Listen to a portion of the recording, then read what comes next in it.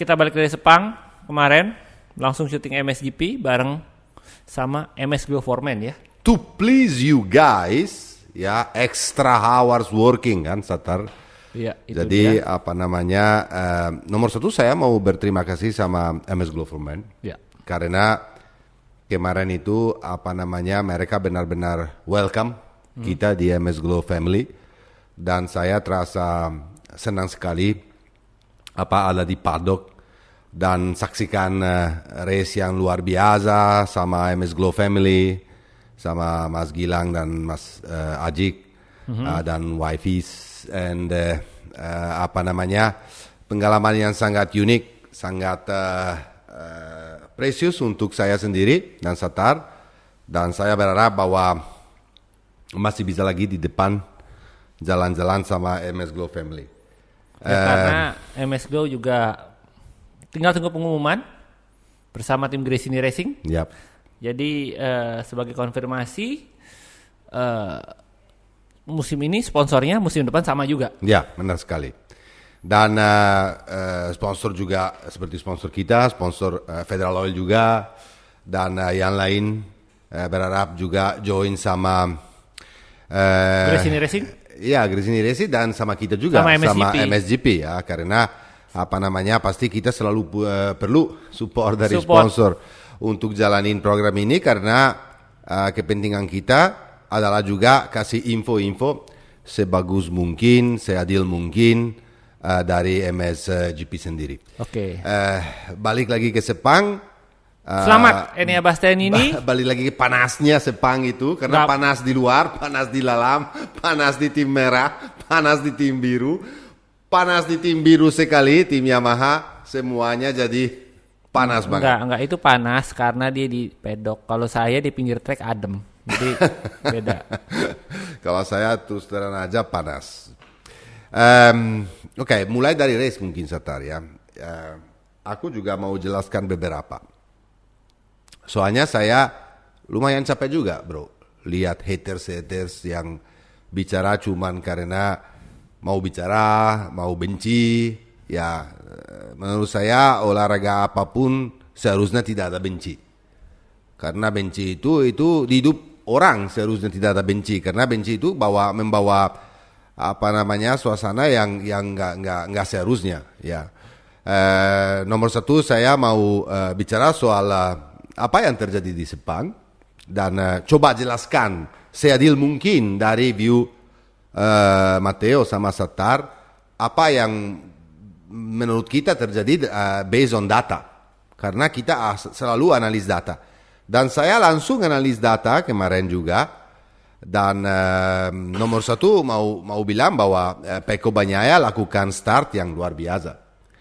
Kalau kalian pikir bahwa semua motor di depan minggir supaya Pecco Bagnaia lewat, itu salah sekali. Karena off the start, Pecco itu sempurna. Off the start, seorang namanya Fabio Quartararo juga sempurna. Ya, Pecco bisa langsung overtake, oke lah, semua Ducati pasti. Kecuali seorang namanya Jorge Martin. Dan bukan cuma Ducati itu di depan itu ada. Di depan dia ada juga Maverick Viñales. Di depan juga adalah seorang Marc Marquez. Di depan dia ada juga Alex Rins dan Ducati yang lain-lain. Kemarin saya saksikan sesuatu di track bahwa Gigi Dell'Igna dan Ducati Management panggil semua pembalap Ducati di dalam Ducati Hospitality untuk briefing. Dan saya dengar dari inside, dan saya udah tahu bahwa pasti briefing kayak begitu, bahwa mereka pasti bilang sama pembalap, saya confirm di sini bahwa kalian lakukan apa yang harus lakukan, tapi cuman hati-hati kalau overtake, jangan sampai terlalu berisiko, dan jangan sampai itu bikin Pecco Bagnaia dalam kesulitan. Artinya apa?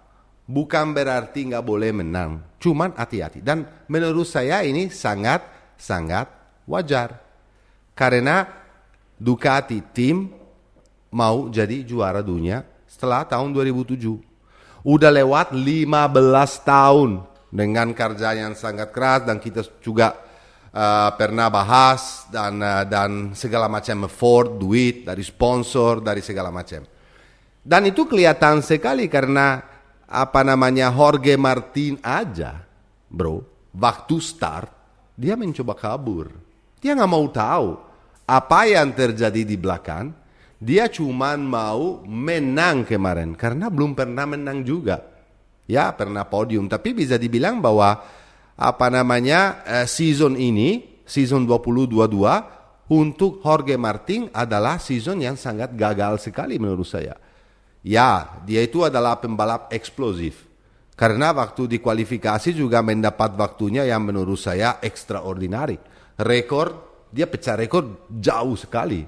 Dia dapat single, tapi kita tahu semua dari waktu dia di Moto3 dan di Moto2, seberapa eksplosif pembalap ini ada. Masalahnya dia apa? Dia selalu mencoba kabur dengan dia nggak terlalu mikir ban dan dia mendorong habis-habisan. Waktu di wawancara Pecco Bagnaia, dia bilang, aku usahakan keras untuk menutup gapnya. Tapi saya lihat dan saya mengerti bahwa nomor 1, speednya dia luar biasa. Nomor 2, kalau dia lakukan itu selama 20 lap lebih, pasti banyak akan habis dan dia akan mundur. Dan saya nggak mau diancam, ya, karena saya harus pikir panjang dan saya harus pikir sampai checker flag. Dan saya harus pikir gimana caranya saya bisa selesai di depan Fabio dan dapat poin penting. Kenapa? Karena Fabio Quartararo sendiri sebetulnya di Valencia, sebetulnya di Sepang, meskipun dia start dari posisi nomor 12, dia punya pace di atas data. Pace-nya itu bagus banget dan kelihatan banget di race-nya. Ternyata terjadi lagi Jorge Martin jatuh dan motornya jungkir balik berapa kali saya nggak hitung. Ya. Sejak itu Pecco leading dan Enea Bastianini di belakang dekat sekali sama Pecco. Lucunya apa? Waktu kita di dalam pit, kita nonton bersama Carlo Merlini, sama tim MS Glow, sama tim. Saya di pinggir track, jadi saya nggak ada di pit. Saya nggak bilang sama kamu. Kita nonton di dalam pit itu sama Carlo Merlini, sama tim Gresini ya dan segala macam. Carlo di samping saya, Carlo Merlini bilang, tidak mungkin dia lewat. Karena risiko, mereka dua-duanya kencang. Tidak mungkin. Dia habis selesai bilang, tidak mungkin Enea lewat. Enea overtake. Dengan manuver sangat dengan late break-nya yang luar biasa. Sampai mereka lebar sedikit dan fighting terus. Pecco juga coba balas dendam di situ. Oke, ini penting sekali. Enea apa yang lakukan? Dia coba gap. Dia coba kabur, tapi Pecco itu nggak give up. Pecco itu mendorong habis-habisan supaya bisa di belakang Enea. Apa yang terjadi waktu Enea di depan selama 3 lap itu? Quartararo dari belakang dia mulai nyusul. Kenapa? Karena aku baca data dan juga dikonfirmasi sama insinyur Giribuola sendiri bahwa insinyur Giribuola adalah insinyurnya Andrea Dovizioso sebelumnya, insinyurnya Enea Bastianini sekarang ini, bahwa waktu Enea di belakang Pecco dia bisa 2.00 waktunya atau 1 lebih 9 besar. Waktu Enea Bastianini overtake Pecco dan di depan, waktunya dia jadi lebih lambat, 2.01. Dia nggak bisa lagi ya lakukan atau dapat waktunya yang di belakang Pecco. Kenapa ini terjadi? Ini gampang sekali di-explain. Marc Marquez yang explain sendiri, bukan Matteo Guarinoni. Marc Marquez bilang kemarin, di track ini gampang sekali. Kalau kita di belakang dan di depan punya benchmark, kita bisa dapat waktu yang bagus. Beda cerita kalau kita di depan dan kita harus jadi patokannya. Jadi patokannya dia sangat sulit. Makanya saya perlu bantu waktu di kualifikasi untuk punya contohnya Pecco Bagnaia, dan bisa start dari P3 untuk dapat time-nya yang bagus. Meskipun saya tahu bahwa hari Minggu untuk aku berbeda sekali race ini karena sangat panas, karena motor saya di sini sangat suffer karena stop and go, banyak hard braking juga. Hard braking itu jangan salah, di kondisi Mars sekarang ini, fisik ini, di bahunya dia, hard braking itu sangat-sangat berat. Apalagi dia datang dari back-to-back race. Dari Phillip Island, weekend di mana dia perform luar biasa, datang di Sepang langsung. Oke, kalau di Phillip Island flowing, tracknya nggak ada hard braking, di sini ada, dia capek sekali. Dan bahunya belum juga pulih. Selain itu, motornya juga Ducati ketinggalan jauh dibanding Ducati. Honda ditinggalkan dibanding Ducati. Jadi masalahnya itu balik lagi ke Enea. Enea di depan dia nggak bisa punya pace yang bagus.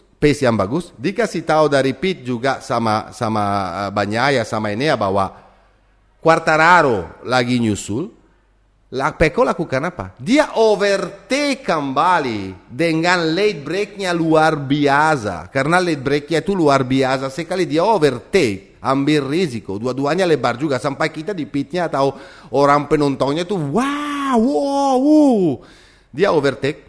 Dan itu mereka balik punya rhythm lagi yang 2-0-0. Sama seperti Fabio Quartararo. Dan Fabio Quartararo tetap di 1,4 second. Nggak bisa nyusul-nyusul lagi. Artinya apa?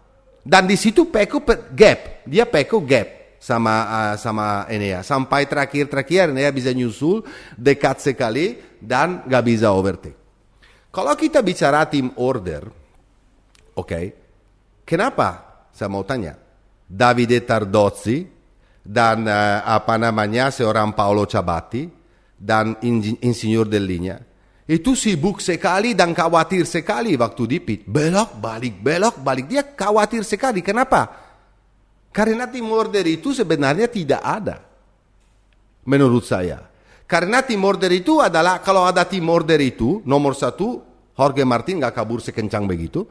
Nomor 2, mereka nggak sepanik itu. Kalau saya tahu saya udah kasih tim order sebelumnya, aku tinggal diam aja. Right? Tapi enggak. Itu nggak ada. Sampai beberapa kali pacarnya Pecco sendiri sama adenya sendiri di shoot di kamera dan mereka itu berdoa sampai mereka nggak lihat screen-nya itu ya. Jadi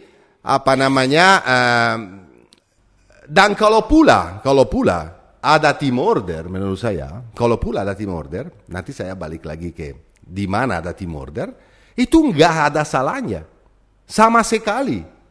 Ya, karena ini adalah akhir race di mana Pecco Bagnaia harus jadi juara dunia. Dan dia itu menang 7 kali. Dan dia dapat podium banyak sekali. Dan menurut saya dia pantas sekali untuk jadi juara dunia. Kenapa saya bicara soal team order? Karena Yamaha itu juga team order kepada Franco Morbidelli. Dia sendiri bicara di wawancara, dia bilang, ya saya tahu bahwa Fabio ada di belakang saya. Dan Franco Morbidelli waktu di depan Quartararo punya pace-nya bagus banget kemarin dia bagus banget. Dan waktu di dashboard lihat ada message bahwa ada Fabio di belakang, aku buka pintu langsung. Karena aku nggak ada urusannya dan aku nggak mau ganggu sama sekali Fabio Quartararo untuk kejuaraan dunia. Masalahnya waktu saya punya buka pintunya supaya dia bisa masuk, saya nggak tahu bahwa Joan Mir dekat banget sama dia dan dua-duanya overtake saya. Ingat gak? Lihat gak? Nah, kalau saya harus bilang, wah ini skandal, ini jelek sekali, Yamaha lakukan ini. Tidak sama sekali. Ini sangat wajar dan sangat masuk akal. Fabio itu punya pace kencang di belakang Morbidelli. Kenapa harus ditahan? Sementara ini Fabio Quartararo sendiri udah punya kesulitan sekarung. Kenapa? Karena motornya dia nggak selevel Ducati. Karena dia kemarin juga waktu di FP4 di free practice nomor 4 dia jatuh dan jarinya dia fracture. Sakit, ya, Tetapi tetap aja dia kemarin lakukan race yang luar biasa dan race yang cuman juara dunia bisa lakukan, bro. Coba kalau kamu ambil punya roti di tangan kamu dan di depan kamu ada pasukan bebek dan kamu buang roti kepada mereka, mereka lakukan apa? Berebut. Fabio Quartararo ada di antara semua Ducati itu. Dia jadi roti, yang lainnya jadi bebek. Udah siap untuk dimakan kemana-mana. Meskipun menurut saya kemarin race-nya sangat bersih. Dan gak ada satupun juga dari pasukan Ducati yang kasar kepada Fabio. Dan saya suka banget lihat ini. Ini namanya adalah sport. Ini adalah semua orang yang lagi meribut gelar dunia dan semua pembalap yang ada di MotoGP, ya, race bersih. Ini yang kita harus lihat. Kalau di luar kita lihat tim manager atau direktur tim atau insinyurnya sibuk banget sendiri, jangan sampai ini ya jadi merusak performa pembalap. Itu yang saya nggak sangat setuju. Dan jangan juga kalian karena haters, karena nggak suka sama, karena aku fansnya Quartararo, aku fansnya Yamaha, aku nggak suka ini tim order ini dibikin kalah. Jangan gitu juga. Karena kemarin Yamaha lakukan hal yang sama dan itu sangat wajar. Bacanya kayak begini ini yang bikin sangat jengkel, yang bikin sangat orang nggak mengerti olahraga ini. Kemarin saya sempat nonton. Karena seorang manajernya Carlo Pernat, teman kita juga, dia itu malamnya ada GP1 live, itu adalah 3 orang, namanya Paolo Scalera, satu dari media terkenal sekali di dunia MotoGP, Matteo Aglio selalu ada setiap, dia seperti kita, dia punya channel, broadcast channel di YouTube, tapi mereka itu lakukan live sekian jam sesudah selesai balapan, dan ada Carlo Pernat. Aku amazed, bro, karena kita sendiri, saya sama kamu lihat mukanya dan stresnya Carlo Pernat. Kenapa stres? Karena Enea Bastian ini lagi fight untuk jadi 3 besar tahun ini. Sekarang juara dunia tim independen. Independen. Dia itu cuma 1 poin beda sama Alex Espargaro. Ya, dia 1 poin di belakang. Dia stres. Tapi kemarin dia bilang, wah, waktu awal-awalnya aku juga stres karena aku pengennya Enea menang. Tetapi kemarin, waktu saya bicara sama Enea sendiri dan waktu saya bicara sama insinyur Giribuola, aku lebih tenang. Karena Enea bilang sama saya, bos, aku waktu di belakang dorong gak bisa-bisan dan beberapa kali ban depan saya udah skip. Tapi aku bisa overtake dengan manuver yang dengan late breaknya yang ekstrem. Tapi waktu di depan, waktu saya coba kabur dari Pecco, itu saya coba naikin pace, aku itu hampir jatuh 2 atau 3 kali karena depannya skip terus. Jadi aku harus turunin pace-nya. Dan Pecco overtake kembali. Dan saya coba ikutin dan terakhir, waktu saya juga dekat sama dia, aku mikir, kalau saya sekarang lakukan manuver dan saya ambil risiko, dan saya jatuh, dan dia juga jatuh, wah, kita dua-duanya buang kesempatan. Bukan cuma Pecco yang buang kesempatan untuk jadi juara dunia, tapi aku juga buang kesempatan untuk jadi juara independent team. Dan ini bro, masuk akal yang saya dengar. Kita tahu sendiri, kita di depan Carletto, waktu dia bicarakan begitu aku shock sendiri di depan dia punya penjelasan ini, bro. Jadi kalau aku mengerti bahwa kalau lagi nonton, ya lagi semangat, orang pebalap, manajer atau siapapun jadi panas. Tapi kalau habis animonya panas ini turun, dan semuanya dan otak yang mulai jalan dan analisa data itu bisa lihat race di dalam dengan cara yang berbeda, yang lebih logik dan lebih masuk akal. Jadi kalau menurut saya Ducati pantas jadi juara dunia, ya. Kalau menurut saya Fabio Quartararo Pecco Bagnaia pantas, ya. Kalau Pecco Bagnaia udah jadi juara dunia? Tidak. Karena dia 23 poin, ya. Oke lah, sulit untuk Fabio.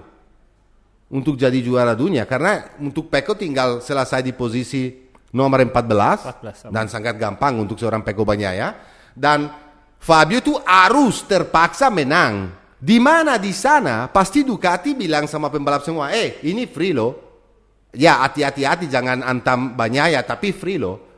Apa namanya Enea, kalau kamu punya speed, kalau kamu punya pace, kalau kamu bisa menang, silakan menang. Pokoknya kamu harus, malah Ducati akan kasih order kepada Enea, you must finish di depan Alex Espargaro. Nah, dan kalau misalnya terakhir Pecco harus kasih juga posisi kepada Enea untuk jadi selesai di depan, kamu pikir nggak kasih? Pasti dikasih kalau dia udah aman dan dia udah jadi juara dunia, udah jelas. Fabio Quartararo bisa jadi juara di dunia? Yes. Fabio Quartararo punya sulit untuk jadi juara dunia? Yes juga. Tapi matematik ini masih terbuka. Karena itu kalau misalnya Fabio menang dan Pecco jatuh atau selesai di posisi 16 atau 15, Fabio jadi juara dunia. Apakah Fabio pantas untuk jadi juara dunia kalau ada kesalahan dari Pecco? Pantas. Karena dia lakukan 1 tahun yang sangat sulit di motor yang punya performa yang kurang. Di mana jangan lupa guys, bahwa Yamaha juga kerja keras sekali untuk tahun depan. Karena waktu di Misano kita udah pernah bahas ini. Waktu testing dia perform dan dia punya speed tinggi sekali, dan sampai Morbidelli aja dan Quartararo dua-duanya performa luar biasa dan after test di Misano. Jadi cool down semuanya. Kita tunggu sampai Valencia, di mana Dorna senang sekali bro. Coba bayangin sekarang Carmelo Espeleta, Dorna ini bisa kasih gelar di rumahnya sendiri di Valencia. Benar nggak bro? Betul. Untuk Dorna ini adalah sesuatu banget. Kenapa? Sesuatu banget karena pasti yang penonton yang datang di Valencia dari seluruh Eropa untuk nonton Grand Finale ini itu banyak banget. Pasti semua media akan bicara tentang ini. Pasti semua media akan ada di sana untuk Grand Finale ini. Dan untuk Dorna ini adalah kabar yang sangat gembira karena mereka udah mulai bangkit kembali, karena terakhir ini show-nya juga lumayan bagus. Dan saya senang sekali lihat bahwa MotoGP, kita selalu harap bahwa MotoGP bisa digelar di race yang paling terakhir. Okay? Jadi udah bicara banyak ya, pastian ini Quartararo, kita angkat topi sama Quartararo karena kemarin saya itu senang banget lihat anak ini yang gak give up, yang diantara ratusan Ducati contohnya bukan mereka cuma 8, tapi diantara 8 Ducati dia itu fight seperti macan. Ya, dan dia benar-benar pantas dan salah satu juara dunia yang fantastis, yang luar biasa, dan kita menunggu juga exit dari dia di Valencia karena belum selesai dan akan kita saksikan bersama. Marco Bezzecchi lagi loh bro, dia kemarin hampir kasih kado kepada Pecco Bagnaia. Kenapa bro? Karena Marco Bezzecchi ini adalah selain best friend Pecco dan selain dia juga BR46 Academy Racer, dia itu sempat dia startnya jelek sekali. Sayang sekali karena dia di P4, dia start dari P4. Jelek sekali kenapa? Karena kalau dia startnya lebih bagus, dia bisa memanage bannya dengan lebih bijaksana. Masalahnya waktu startnya dia drop di belakang jauh sekali dan dia harus nyusul sampai hampir tangkap Fabio. Tetapi di situ banyak dia udah gone, udah habis. Karena di MotoGP sekarang ini, zaman ini, itu manage ban itu penting banget. Nggak bisa dorong habis-habisan awal-awalnya. Karena lama-lama pasti drop. Kalau lama-lama drop, kamu juga drop juga. Dan dia lakukan itu. Ada satu saat di mana saya pikir dia dekat sampai 1 second loh, dekat banget sama Fabio. Dia bisa overtake. Kalau Marco Bezzecchi kemarin bisa overtake, selesai. Juara Pecco itu langsung juara dunia. Tapi di Fabio waktu dari pit Yamaha dikasih tahu sama Fabio bahwa Marco Bezzecchi lagi nyusul loh. Fabio ngapain? Fabio champion banget, dia juara dunia. Dia bilang, oke, aku respon dengan jarinya patah, dengan kesulitannya sekarung. Dia open throttle lebih lagi, dan kalau kamu lihat cara membawa motor kemarin dari Fabio Quartararo itu sangat sempurna bro, sangat beautiful banget. Oke. Jadi Bezzecchi meskipun nggak bisa overtake Fabio Quartararo, P4 lagi, memang pantas jadi Rookie of the Year, dan ini adalah salah satu pembalap di mana tahun depan adalah contender juga menurut saya untuk kejuaraan dunia, karena dia akan dapat motor yang baru. Jangan lupa kalau Bezzecchi ini mendapat baru kemarin di Phillip Island mendapat fairing 220-22, tapi selain itu motornya benar-benar tua. Jadi super top Bezzecchi. Alex Rins, oke lah, dia nggak bisa duplicate performa yang sebelumnya di Phillip Island, tapi menurut saya selesai top 5 kemarin dan weekend kemarin juga dari free practice, kualifikasi bisa langsung masuk di Q2. Menurut saya itu adalah sesuatu banget dan top. Posisi nomor ini Jack Miller awal-awalnya punya masalah, dia lebar, dia sempat turun sampai posisi 22 dan biasa nyusul dan selesai di urutan nomor 6. Ya, kalau sementara ini sebetulnya Ducati perlu seorang Jack Miller untuk membantu banyaknya untuk jadi juara dunia. Tapi kemarin performa itu meskipun bagus bisa nyusul tapi kurang. Berharap bahwa mungkin juga motivasinya dari Miller sendiri udah nggak ada, bro, karena kita harus ingat bahwa dia nggak fight for the championship, dia nggak fight untuk apapun sebetulnya. Tahun depan sudah di KTM sudah diusir sama Ducati, jadi dia apa adanya lah ya. Marc Marquez, oke, banyak sekali di rumah tunggu soal ini, karena mungkin banyak sekali di rumah berpikir bahwa mungkin seorang Marc Marquez itu bisa jadi juara kemarin. Dan saya sempat juga mikir bahwa udah kalau Marquez start dari depan dan dia bisa punya benchmark di depan, dia bisa perform dan bisa naik podium. Dan banyak sekali yang bilang bahwa Marc itu nggak mau ganggu Pecco, Marc itu nggak mau ganggu Fabio, dia minggir. Nggak ada begitu, nggak ada cerita.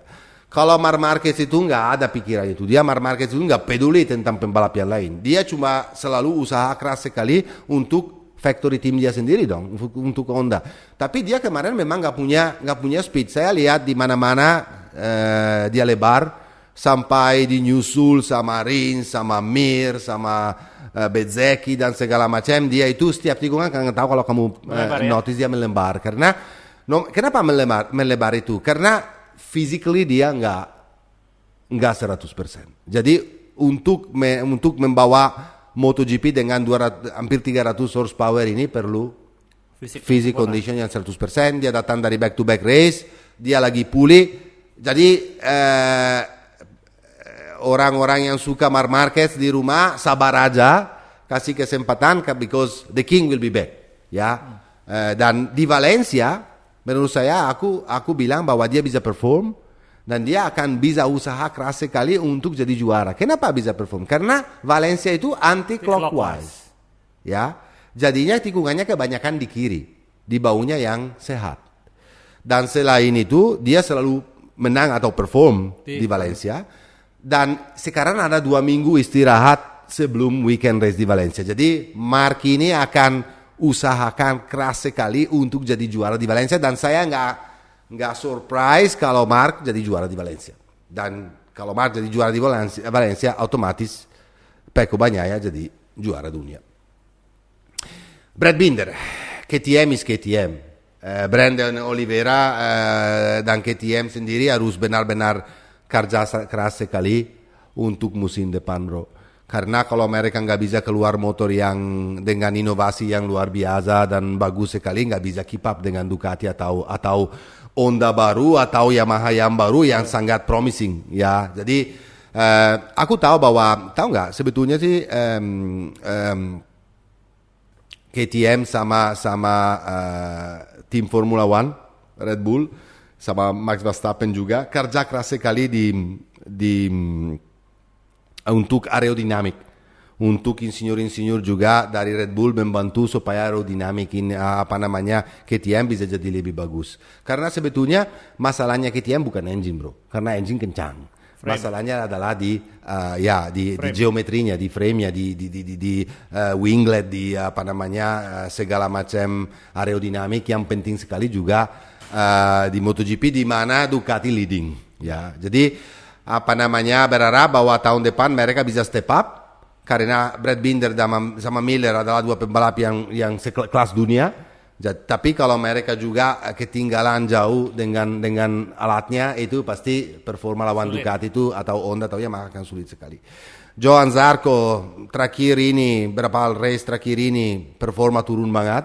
Dia juga dari belakang sekali nyusul dan selesai di posisi nomor 9. Ekspektasi saya nggak tahu Satar pikirnya gimana. Ekspektasi saya untuk seorang Johan Zarco itu lebih bagus dari ini. Ya. Aku selalu ekspektasi bahwa dia fight untuk best five. Tetapi terakhir ini performa dia mulai turun. Saya nggak tahu kalau faktor atau karena pembalap-pembalap baru ini yang muda sekali ini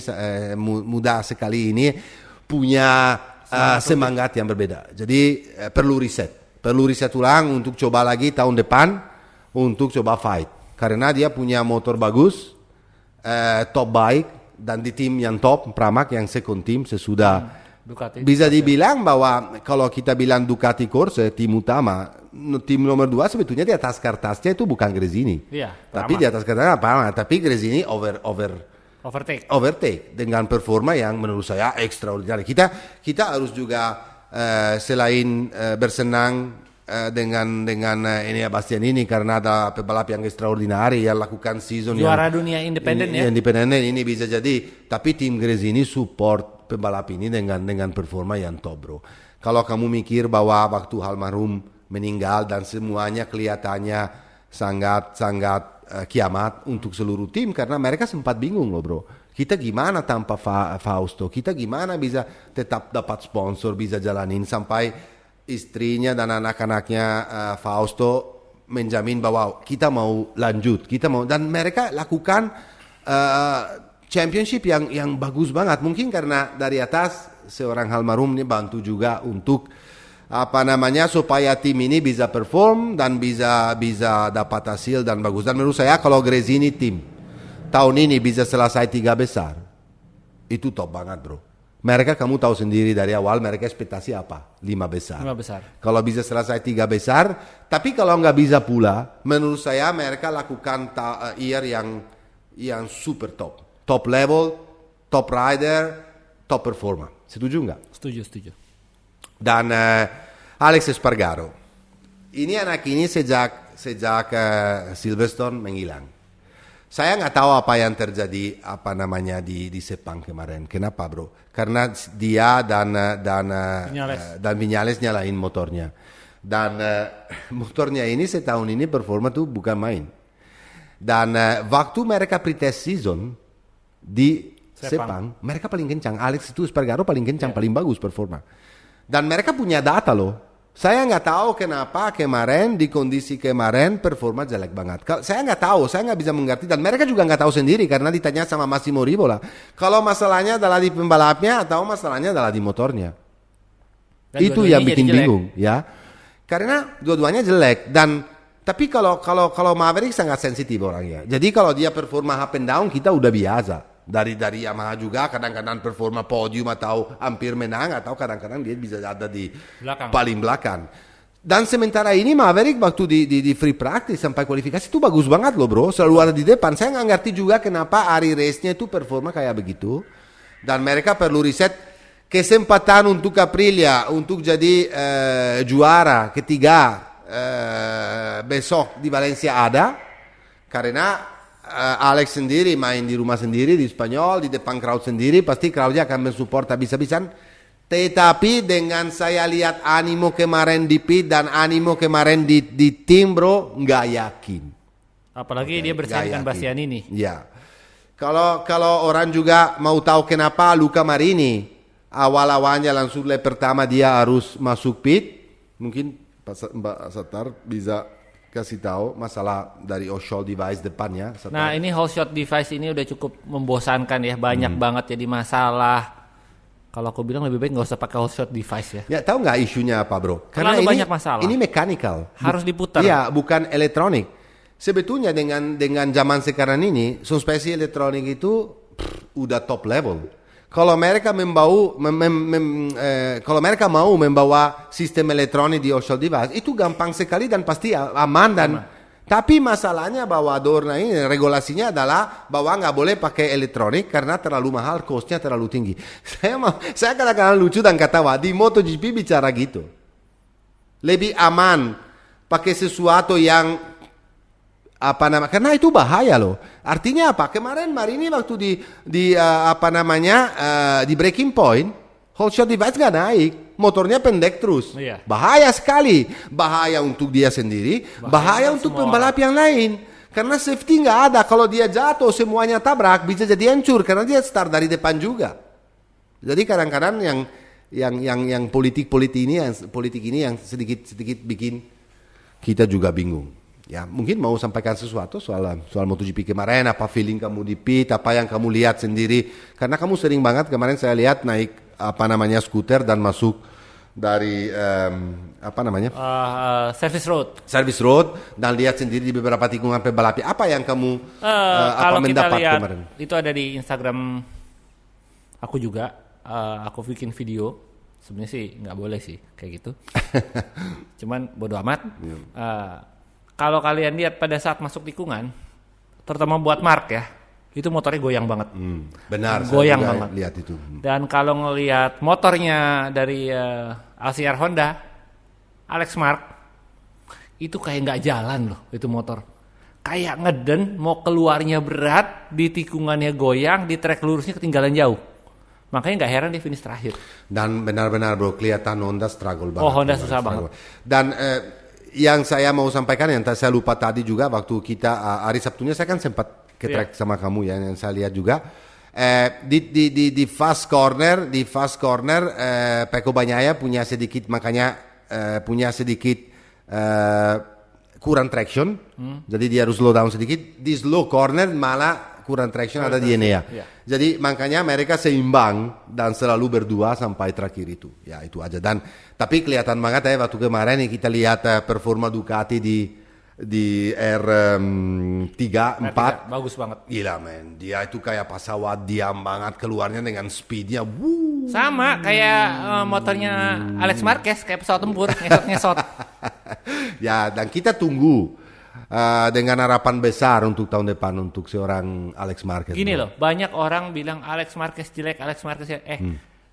Sekedar catatan tambahan ya. Satu-satunya pembalap yang punya peluang mengoleksi gelar juara Moto3, Moto2, MotoGP, terakhir saat ini Marc Marquez yang udah. Cuma dia doang. Hanya tinggal dia. Karena apa? Kalian bicara Joan Mir, absen di Moto2. Benar. Viñales absen di Moto2. Bastianini absen di Moto3. Benar sekali. Pecco Bagnaia absen di Moto3. Benar sekali. Jorge Martin absen di Moto2. Benar. Jadi cuma dia doang. Zarco absen di Moto3. Jadi cuma dia secara teoritis yang bisa menguasai gelar Moto3, Moto2, MotoGP. Setuju. Kita pindah ke Moto2 dan sakit hati. Oh iya itu aku lihat di pinggir kan sambil puyeng sambil ngerokok Bolt biasa gitu kan. Puyeng mikirin yang lain gitu, tapi ngeliatin juga gitu. Itu di last corner. Kan aku di service road terus tuh. Kita mikir oh ya sudah runner up. Seharusnya. Iya, dia coba susul, berhasil, akhirnya tapi disusul balik karena melebar. Arbolino lagi bagus banget. Ya sudahlah, last lap, posisi kedua. Coba lagi dia. Nggak coba juga sih, gubrak aja udah. Itu menurut saya adalah sesuatu yang nggak masuk akal sama sekali bro. Karena kamu udah coba, udah lebar, balik lagi, last lap, di tikungan nomor 9 mau coba lagi dan jatuh. Itu sesuatu sangat, sorry to say lo bro, sangat bodoh. Kamu tahu nggak? Ada lucunya. Itu waktu itu aku ada di sempat ke tim Moni VR46 di dalam hospitality karena punya teman di dalam. Di situ ada Luca Marini. Tahu nggak dia bilang apa? Ini tipikal orang Japan, all or nothing. Masuknya mau semua atau nggak dapat apa-apa. Kenapa? Karena mereka itu ya sedikit kamikaze juga, bro. Tapi menurut saya itu sangat tidak bijaksana. Karena Ayogura sesudah bosnya dia sendiri Aoyama, ini adalah Japanese kedua yang bisa jadi juara dunia di MotoGP lah, bisa di dunia MotoGP, di Moto2 lah. Ya kenapa? Karena kalau selesai di posisi nomor 2 aja, sementara Augusto Fernandez akan selesai di posisi nomor 5 karena terakhir dia nyusul. Karena kemarin dia selesai 4. Seharusnya dia selesai nomor 5 kalau Ayogura selesai 2. Dia tuh bisa leading 13,5 poin. Jadinya dia balik, dia punya kesempatan, bukan akan pasti jadi juara dunia, tapi punya kesempatan besar untuk jadi juara dunia di Valencia. Di mana sekarang Augusto Fernandez karena selesai urusan 4 dan leading, dia yang leading 14 poin dan dia harus balap sendiri di rumah sendiri di Valencia, di mana kan seluruh orang Spanyol support dia. Kalau berharap jadi juara dunia untuk Ayu Gura sangat sulit.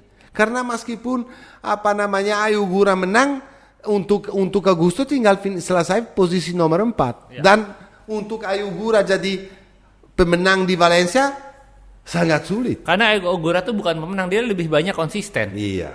Itu dia. Kecuali kemarin. Oh iya. Konsistensinya dari dia kemarin. Tapi kita balik ke Arbolino. Ini adalah race yang bagus banget kemarin itu, bro. Karena penuh dengan arti. Nanti saya kasih tahu artinya apa. Kalau kamu tahu Tony ini pernah awal-awal karir dia dari Chief Italy, malah dari Chief Italy dia balap untuk timnya Paolo Simoncelli, Six Quadra Corse, ya. Dan dibawa ke Moto3 juga sama Paolo. Dan dia pernah balap di Moto3 sama 658 Squadra Corse. Jadi kemarin waktu dia menang dia sempat nangis ya. Dia bilang untuk saya sangat berarti jadi juara di sini di hari yang dimana Marco Simoncelli almarhum passed away. Karena kemarin adalah anniversary Marco Simoncelli, 10 tahun Marco Simoncelli meninggal. Dan 11 tahun ya Marco Simoncelli meninggal. Dan sangat berarti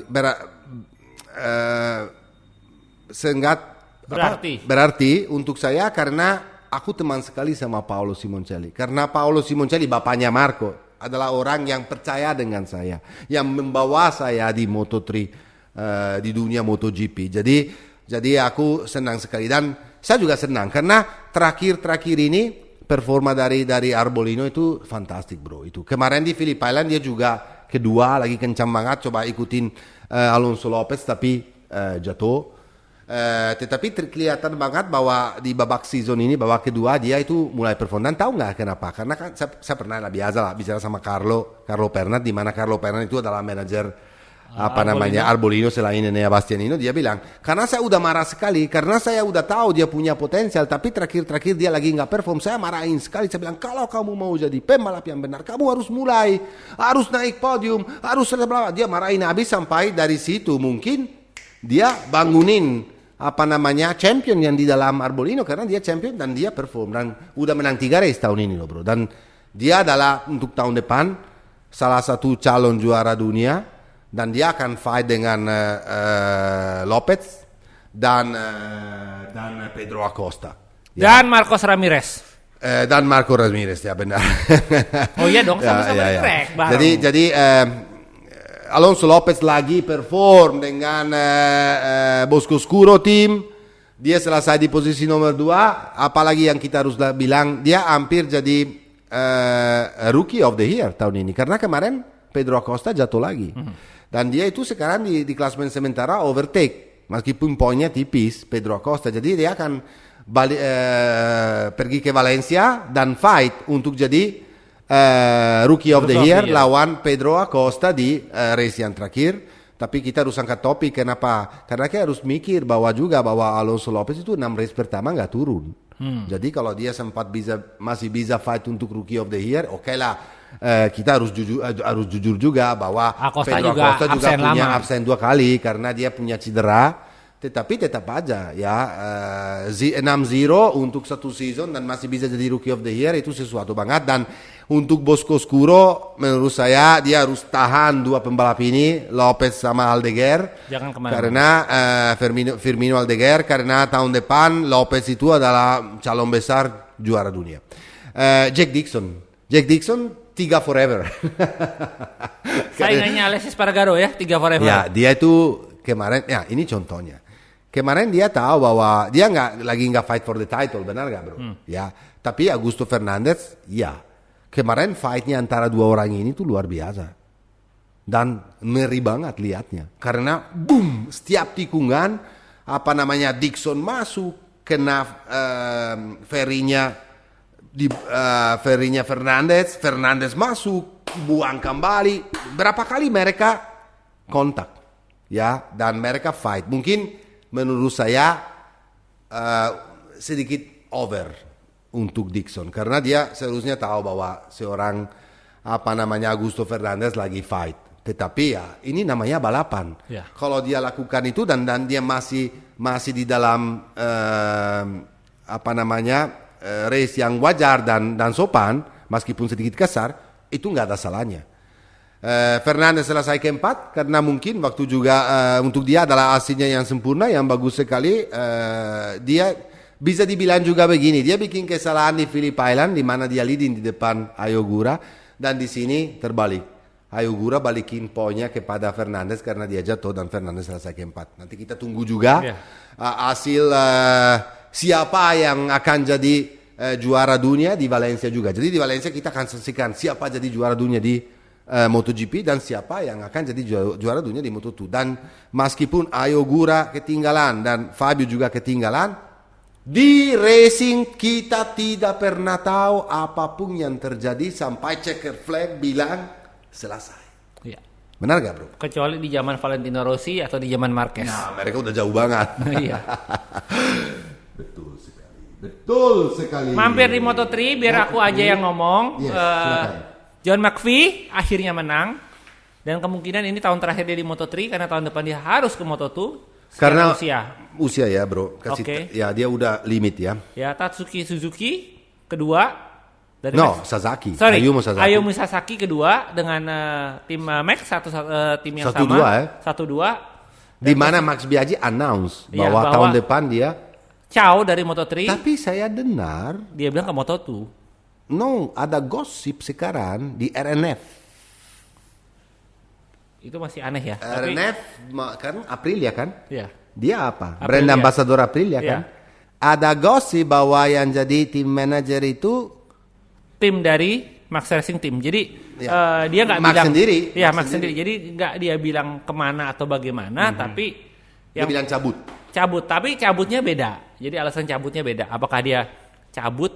Karena kan kalau kayak Suzuki cabutnya bener cabut. Beda. Ini cabutnya beda. Jadi kita tinggal tunggu berita aja selanjutnya. Dan untuk seorang McPhee kita harus bilang bro karena dia datang dari tahun ini si Max Biaggi start dengan harapan bahwa McPhee bisa fight untuk kejuaraan. Tetapi kamu tahu sendiri dia punya cedera di motocross di mana dia punya vertebra 2 patah dan dia recovery-nya bahaya sekali, recovery-nya lama banget dan dia itu absen lama banget, dia bisa balik lagi awalnya sulit ya karena kalau kamu masih apalagi kamu tahu sendiri kalau vertebra itu sangat riskan, dia tuh bisa balik dan kemarin bisa perform kayak begitu. Dia dari posisi nomor 20-an bro, dari paling belakang dia naik sampai menang, kita harus chapeau ya, harus angkat topi dan performa yang super. Dan untuk Mas Biaggi juga karena dia berikan banyak kepada dunia MotoGP, Superbike dan dia bisa punya tim sendiri udah 3 tahun dan dia bisa perform 4 tahun, dia bisa perform kayak begini dengan tim 1-2 kemarin di Sepang. Sesuatu yang bikin dia pasti bangga. Dan Sergio Garcia gimana bro? Sergio Garcia ya dia bisa fight lawan, dia balik lagi ke posisi nomor 2 di klasemen sementara karena dia lagi fight sama Foggia untuk dapat runner up. Dan runner up ini kenapa penting? Guys, kenapa penting posisi 1, 2 atau 3? Dapat uang, dapat hadiah, dapat medali. Dan kalian mesti tahu pembalap Moto2, Moto3 bahkan MotoGP pun itu nggak semuanya sultan loh ya. Jadi kalau kalian bilang pembalap itu sultan ya kalau sudah level pembalap pabrikan ya. Tapi kalau pembalap satelit mungkin mereka hanya dapat 200-300 ribu euro setahun.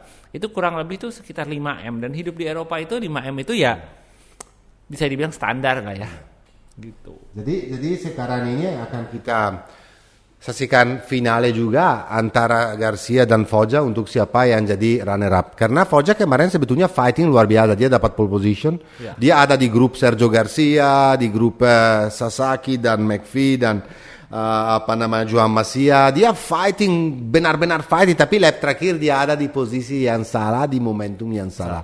Jadi dari depan dia itu gampang sekali ya kalau satu grup kayak begitu fighting last lap, last corner untuk jadi juara, bisa jadi 1 atau bisa jadi nomor 6 atau bisa jadi nomor 5, bisa naik podium atau bisa turun dari podium. Dan itu yang terjadi kepada Foggia. Di sini yang bisa kita tunggu cuman itu. siapa yang jadi runner up di Moto3 karena yang juara dunia Izan Guevara. Sudah pasti. Di mana kemarin juga ada di kelompok itu sebetulnya, tapi dia itu terlalu late break dan di tikungan terakhir dia tabrak Ayumu Sasaki dari belakang, dia goyang, dia lebar tapi dia udah kehilangan momentum dan dia selesai di belakang. Jadi oh ya, belum selesai ya, bro. tunggu dulu. Iya. Ada giveaway dulu untuk satu pemenang mendapatkan Karena polo shirt ada Superbike juga. official jangan lupa, Grace ini edisi Misano yang warna putih itu ada giveaway. Dan juga kalau buat kalian yang suka keluar rumah, aktivitas naik motor, olahraga, sunscreen dari MS Group tuh ngebantu. Aku juga kan pakai itu Kemarin karena kita pakai ya. Iya, di track, karena aku panas lebih banget. ke kerasa karena aku di luar terus di service road. Oke, sekarang kita lanjut sebentar ke Superbike. Kemarin capek juga. Kenapa lah guys? Karena Balapan malam di Argentina. Balapannya malam karena mereka di Argentina. Jadi Matteo kalau malam udah balik di kamar, usaha keras sekali untuk nonton sampai jam 2 pagi. Sementara ini kita jam 5.30 udah harus bangun karena harus breakfast, harus ke track. Jadi kemarin kerja ekstra keras untuk saksikan race yang 1-2 seperti biasa di Superbike yang fantastik, di mana seorang namanya Toprak Razgatlioglu bikin kesalahan besar. Waktu di start race pertama, di tikungan pertama dia mau langsung overtake Gaspol. Bautista dan dia jatuh. Dan di situ dia buang kesempatan. Karena sekarang buang kesempatan kenapa? Karena kalau jatuh dan Bautista perform kemarin di race 1 dia menang juara 1. Ya tadinya udah leading 62 poin sekian, sekarang dari weekend kemarin karena Bautista menang di race 1, Bautista menang di race 2 dan kalah cuma di Superpole lawan Toprak, dia tuh keluar dengan dari race kemarin dengan 82 poin leading championship. Artinya apa? Kalau dia perform nanti di mana bro? Mandalika. Next race di Mandalika. Dia di Mandalika bisa juga kunci gelar dan jadi juara dunia. Dan ini saya mau bicarakan lagi karena dia kemarin lumayan upset ya. Kenapa upset? Karena dia bilang saya capek dengar orang bilang bahwa gara-gara saya enteng, gara-gara motor saya lebih kencang daripada semuanya, meskipun itu benar. Aku jadi juara dunia. Dan itu saya mengerti frustasinya ini. Kenapa? Dia bilang gini bro, kalau begitu, kalau memang ini harus begini, kenapa Pedrosa nggak pernah jadi juara dunia di MotoGP? Ya, itu benar sih. Orangnya juga kecil, orang juga pendek. Kamu tahu, motor Pedrosa paling kencang di lurusnya dulu. Karena dia enteng sekali, tapi nggak pernah. Ya benar juga. Dia juga oke lah, kalau kita harus banding Pedrosa, di mana zaman Pedrosa dia harus lawan Casey Stoner, Marc Marquez, Valentino Rossi, Marco Simoncelli, Jorge Lorenzo, raja-raja semua ada di daerah Pedrosa yang kasuli. Tapi juga untuk seorang namanya Alvaro Bautista nggak gampang karena dia harus melawan mereka juga. Ya enggak, ini di Superbike melawan Toprak dan Johnny Ray. Johnny Ray itu 6 kali juara dunia loh. Toprak juga sekali juara dunia. Sementara seorang Alvaro Bautista pernah jadi juara dunia cuman di Moto 125. 125. Jadi ini dan aku nggak suka juga statement dari Johnny Ray. Meskipun Johnny Ray kemarin buang sendiri karena bikin 2 kesalahan sendiri. Statement adalah bahwa gimana bisa saya perform lawan Ducati kalau Kawasaki aja, kalau Kawasaki kamu pergi ke dealer beli Kawasaki saya cuman Kawasaki standar ya, bukan dia ya beda harganya ya. Dia nggak masuk akal, dia bilang juga cuman $17,000 sementara Yamaha €17,000 sementara Ducati sekarang kalau beli Panigale V4 itu udah €44,000. Mana bisa saya udah ketinggalan. Itu masalahnya bukan di Ducati loh men. Masalahnya di Kawasaki sendiri. Karena motor Jepang tahu sendiri kamu, mereka bikin secukup supaya semua orang bisa afford untuk beli dan bisa langsung turun di track day. Tapi zaman ini Ducati step up-nya gila, kerja keras sekalinya. Dan kalau Ducati bikin motornya kayak Panigale V4 ini dengan performa kayak begitu, apakah salahnya Ducati? Balik lagi, saya nggak tahu kenapa ini ya di semua dunia balapan itu semuanya lawan Ducati. Ini kita harus chapeau, ini Ducati harus jadi contoh bro. kepada dunia, kepada orang Jepang, kalau mereka mau fight kembali, harus lebih fokus dan membangun motornya yang lebih bisa perform dan bisa matching. Karena aku nggak bilang bahwa Bautista lebih bagus dari Ray atau lebih bagus dari Toprak. Tapi saya juga nggak bisa bilang bahwa Bautista itu jelek dan menang gara-gara motornya. Karena kamu tahu sendiri bro, kamu pernah bilang, kalau misalnya punya motor yang luar biasa, tapi kamu nggak bisa menghandle, kamu juga nggak bisa jadi juara. Di mana sekarang Rinaldi? Di mana sekarang seorang Locatelli? Kita selalu tahu dari pengalaman bahwa kalau kamu mau tahu performa motor itu, harus lihat teammate-nya selesai di mana. Oke lah, teammate-nya Rinaldi, teammate-nya Bautista lebih bagus daripada Locatelli atau dari Alex Lowe. Tetapi tetap aja, masalahnya ini adalah di pabrikan, bukan di pembalapnya. Kalau Bautista tahun ini jadi juara dunia karena dia menang terus, karena dia perform terus, karena dia sangat rapi membawa motor seperti weekend kemarin. Ya, di mana Johnny Ray atau Toprak juga harus push lebih dan bikin kesalahan untuk bisa mengejar seorang Alvaro Bautista. Ya, itu bukan urusan Bautista. Menurut saya pantas sekali jadi juara dunia. Dan kalau, aku senang kalau tahun ini Ducati jadi juara dunia di Superbike dan jadi juara dunia juga di MotoGP. Karena menurut saya mereka kerja keras sekali untuk ikut semua ini dan mengejar gelar ini dua-duanya. Dan jangan salah juga bahwa tahun depan juga Kawasaki dan Yamaha harus lakukan ekstra untuk bisa bersaing dengan Ducati. Bukan dengan caranya mengurangi power Ducati, tapi dengan caranya menaikin power yang lain. Mobilnya, mesinnya masing-masing. Ya. Dan kamu tahu kan ada regulasi yang baru di Superbike, di mana tahun 2023 itu ada super konsesi. Kan konsesi itu di MotoGP ada. Ya, coba kamu explain deh, kamu lebih. Konsesi itu adalah di mana motor tim itu boleh melakukan tes perubahan part, bahkan memasukkan part-part baru seperti yang dilakukan Aprilia sama KTM dulu, yang sekarang udah nggak ada. Gitu. Sejak kalau kamu perform dan naik podium, kamu dapat poin. Itu ada poinnya. Jadi biasanya dihitung pada saat balapan kering. Beberapa kali juara 3, runner up atau juara seri. Ya, kalau udah dapat 9 poin, kamu sudah nggak ada lagi. Tahun berikutnya nggak dapat. Udah menjadi pabrikan. Kalau di MotoGP di Superbike beda sedikit, bro. Ini kalau kamu pabrikan dan kamu mau masuk balap di Superbike, kamu minimal harus punya target jual 500 motor per tahun. Ini aku jelasin juga. Dulu itu batasnya itu 300 motor. Ya, sekarang 500. Lalu 500, dulu sempat sampai berapa ribu. Ya, benar sekali. Nah, jadi karena di Superbike itu ada regulasi di mana motor tersebut itu harus mirip dengan jalan raya. Benar. Nah, semakin sedikit motor semakin gampang. Benar. Tapi kalau banyak, itu yang pusing. Benar. Nah, itu 500 motor itu cukup sehat. Benar. Dan pabrikan juga masuk akal membuat edisi Superbike. Ya, dan selain ini harga motor itu nggak boleh lebih dari $40,000 ya, karena kalau lebih dari 40,000 nggak dapat konsesi sama sekali. Nggak boleh. Ini sekarang di tahunnya karena harga Ducati ini udah 44,000. Tahun depan dia nggak dapat super konsesi karena ada super konsesi tahun depan. Super konsesi itu semua pabrikan ya, jadi kecuali Ducati bisa punya konsesi untuk memperbaiki performa motor di dalam satu season. Tapi bukan di engine, cuma geometrinya. Yeah. Dan itu yang Honda perlu sebetulnya. Itu yang juga BMW perlu, bro. Karena mereka punya mesin udah sangat strong.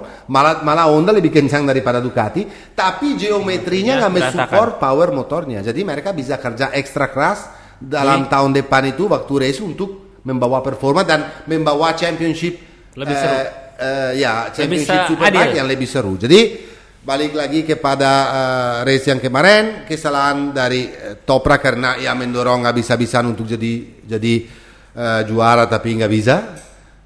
Di race pertama waktu dia kesalahan nomor 1 selesai seorang Bautista dengan gapnya jauh sekali dari Johnny Ray 5 second.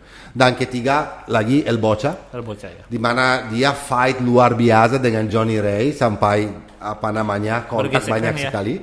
Dan di race di Super Pole Race yang menang Toprak dengan race yang absolutely extraordinary. Fightnya sama Bautista sampai last lap itu sangat menarik. Di race kedua Alvaro lagi menang di depan Toprak dengan juga gapnya 3 second cukup jauh, di mana Johnny sebetulnya punya motor yang paling bagus waktu di Super Pole Race tuh. Dia tuh bikin kesalahan untuk overtake Bautista, dia lebar dan dia balik lagi di posisi 6, tapi bisa menyusul lagi sampai last lap udah tangkap Bautista sama Toprak. Dan dia punya pace time jauh lebih bagus dari mereka berdua. Jadi jangan banyak komplain kalau kamu sendiri juga bikin kesalahan, karena di Super Pole Race dengan kondisi lebih dingin, dengan motornya performa bagus, dengan punya pace-nya lebih bagus dari yang lain, kamu bikin kesalahan sendiri, ya berarti kamu juga harus lihat di dalam diri sendiri. Dan di race kedua ya udah Bautista lagi yang top lagi. Jadi kita menunggu apa yang terjadi nanti di Mandalika. Kalau Alvaro Bautista bisa kunci gelar di sana, tahu harus di race terakhir di Phillip Island, di mana tahun 2019 dia tahu di atas Ducati di Phillip Island. Alvaro menang race 1, race 2 dan Super Pole Race.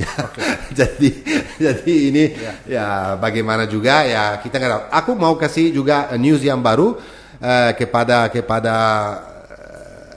penonton setia MSGP bahwa track Mandalika di krok habis.